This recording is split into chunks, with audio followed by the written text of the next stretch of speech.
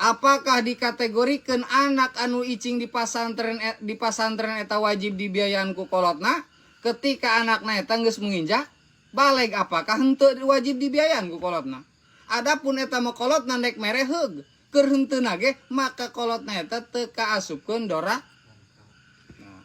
Wal waladu al qadiru alal kasbi, ketika seorang anak eta boga kemampuan untuk gawe Allah ikbihi bari jeung pagawean eta sesuai jeung kemampuan manehna, la tajibu nafaqatuhu alal asli, maka henteu wajib bagi bapana nganapakohan anakna tersebut, ngabiayaan anakna haju kumaha burung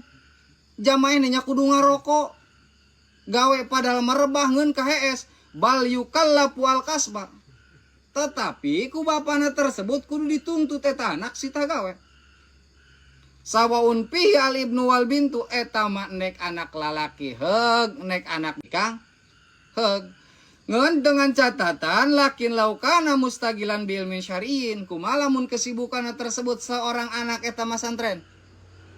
bari jeung masantrenna wakana lahu dukaun, masantrenna dibawa kecerdasan, niat masantrenna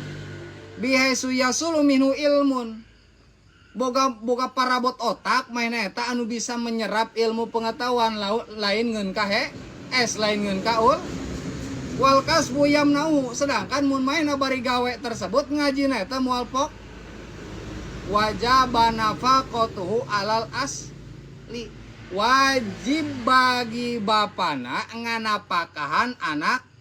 hinaidin wala yukallafu al kasba, seorang anak eta anu rajin ngaji nu rajin nu aya di pasantren teu beunang ku kolotna dituntut untuk titah gaw. Muntah malen di pasantren